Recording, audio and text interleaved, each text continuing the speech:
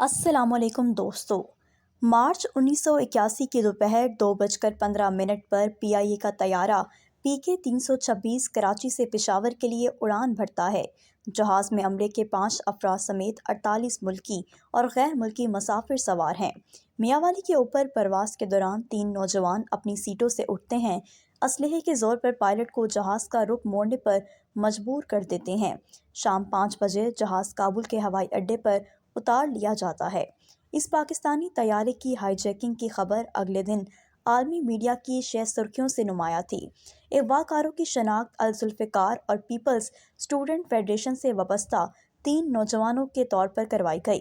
سلام اللہ ٹیپو، ناصر جمال اور ارشد شرازی نے مسافروں کی رہائی کے بدلے میں ملک کی مختلف جیلوں میں قید پیپلز پارٹی کے 54 سیاسی قیدیوں کی رہائی کا مطالبہ کیا۔ آنے والے 3 روز تک حکومت پاکستان کے نمائندوں اور ہائی جیکرز میں بے سود مذاکرات ہوتے رہے۔ طیارے کے مسافروں میں کیپٹن طارق رحیم بھی شامل تھے۔ اغوا کنندگان نے انہیں جنرل رحیم الدین کا بیٹا ہونے کے شبے میں قتل کر دیا تھا۔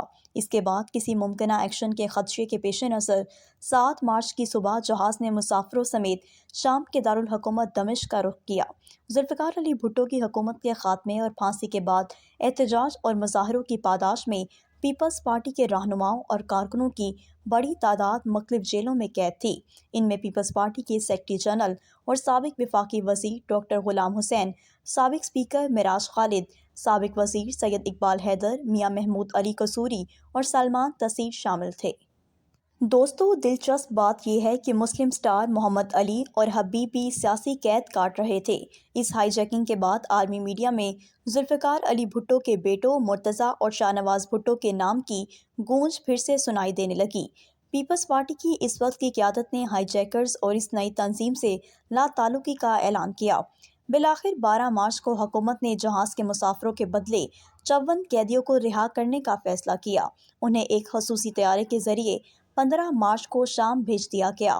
رہائی پانے والوں میں پیپلز پارٹی کے مرکزی رہنما اور سابق وفاقی وزیر ڈاکٹر غلام حسین بھی شامل تھے۔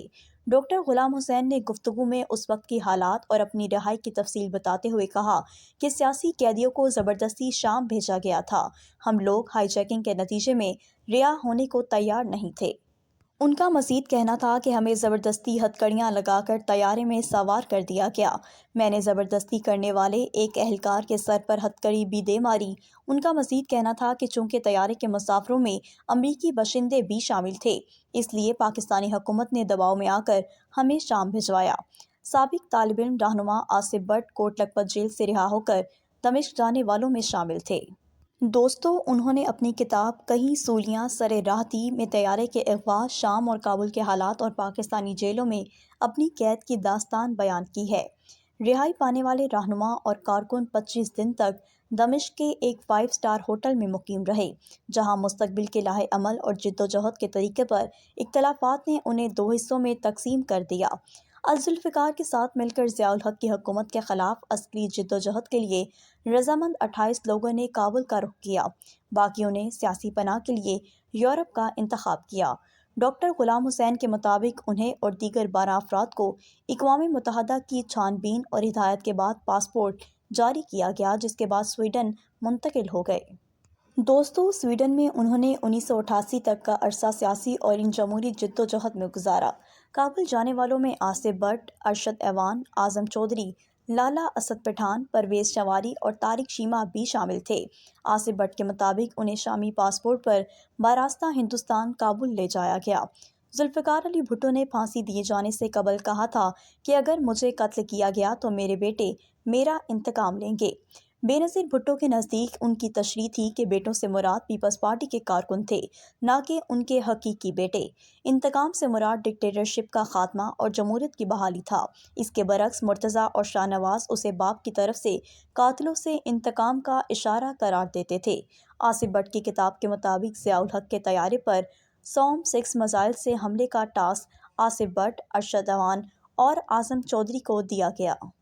دوستو، یہاں آپ کو یہ بھی بتاتی چلوں کہ جسٹس مشتاق کو نشانہ بنانے کے لیے لالا اسد پٹھان کا انتخاب ہوا۔ آصف بٹ، طارق شیمہ اور اسد پٹھان خفیہ طریقے سے پاکستان میں داخل ہوئے۔ طارق چیمہ نے چودھری ظہور الہی کے ذریعے سرنڈر کر کے اپنے آپ کو حکومت کے حوالے کر دیا تھا۔ آصف بٹ کے مطابق انہوں نے ضیاء الحق کے طیارے کو نشانہ بنانے کے لیے ایک مکان بھی کرائے پر لے لیا تھا، مگر بعد میں ان کی ڈرامائی انداز میں گرفتاری سے یہ منصوبہ ادھورا رہ گیا۔ انہوں نے شاہی قلعہ لاہور میں دوران گرفتاری اپنے تمام منصوبوں کا انکشاف کیا تو پہلے انہیں سزائے موت سنائی گئی، جو کہ بعد میں عمر قید میں بدل گئی۔ 40 برس قبل پیش آنے والے اس واقعے کے کرداروں اور مقاصد کے بارے میں مختلف اور متضاد رائے پائی جاتی ہے۔ دوستو، ڈاکٹر غلام حسین نے گفتگو میں کہا کہ طیارہ ہائی جیکنگ اصل میں ضیاء الحق حکومت کی سازش تھی۔ یہ کام سلام اللہ ٹیپو سے لیا گیا۔ اس وقت کی حکومت طیارہ تباہ کر کے پیپلز پارٹی کو بدنام کرنا چاہتی تھی، مگر امریکی باشندوں کی وجہ سے ایسا نہ کر سکی۔ میر مرتضیٰ بھٹو کی صاحبزادی فاطمہ بھٹو اپنی کتاب سانگز آف بلڈ اینڈ سوورڈ میں لکھتی ہیں کہ اس سارے معاملے سے ان کے والد کا کوئی تعلق نہیں تھا۔ یہ ہائی جیکنگ ضیاء الحق نے خود کروائی تھی تاکہ پیپلز پارٹی کو بدنام کیا جا سکے۔ فاطمہ بھٹو کے مطابق ہائی جیکرز خفیہ ایجنسیوں کے ایجنٹ تھے۔ اس واقعے سے نقصان پیپلز پارٹی کا ہوا اور ضیاء الحق کی حکومت مزید مضبوط ہوئی، جبکہ سارے معاشرے پر منفی اثرات پڑے۔ فاطمہ بھٹو کی معلومات کا ذرائع ان کے والد کے دوست سہیل سیٹھی ہیں، جنہوں نے انہیں بتایا کہ مرتضیٰ بھٹو کابل جا کر مسافروں کو ہائی جیکر سے چھڑوانا چاہتے تھے۔ دوستو، تو دوسری جانب آصف بٹ اپنی کتاب میں لکھتے ہیں کہ جیلوں سے رہا ہو کر جب ہم دمشق پہنچے تو میر مرتضیٰ بھٹو اپنی کامیابی پر شادو اور فرحان نظر آ رہے تھے۔ ایئر مارشل اصغر خان اپنی کتاب میں اس حوالے سے لکھتے ہیں کہ ہائی جیکنگ کا واقعہ اس وقت ہوا جب ضیاء الحق کی حکومت کے خلاف تحریک بحالی جمہوریت یعنی کہ MRD کا آغاز ہوا تھا۔ حکومت نے اس کا فائدہ اٹھا کر پیپلز پارٹی کے خلاف پروپیگنڈا کیا، جس کا اثر یہ ہوا کہ پاکستان کے زیر کشمیر کے سابق صدر سردار عبدالقیوم خان اس واقعے کو جواز بنا کر MRD سے علیحدہ ہو گئے تھے۔ اس واقعے سے جڑے بعض کرداروں کا خاتمہ بہت دردناک طریقے سے ہوا۔ طیارے کے ہائی جیکرز میں ایک سلام اللہ ٹیپو کو افغان حکومت نے فائرنگ اسکواڈ کے ذریعے موت کے گھاٹ اتار دیا۔ دوستو، اس کے علاوہ پرویز چواری آپس کی لڑائی میں ہلاک ہوئے، لالا اسد پٹھان کراچی پولیس کی فائرنگ کا نشانہ بنے، عبدالرزاق چھڑنا، عثمان غنی ادریس بیگ اور ادریس طوطا مختلف الزامات میں پھانسی پر چڑھا دیے گئے۔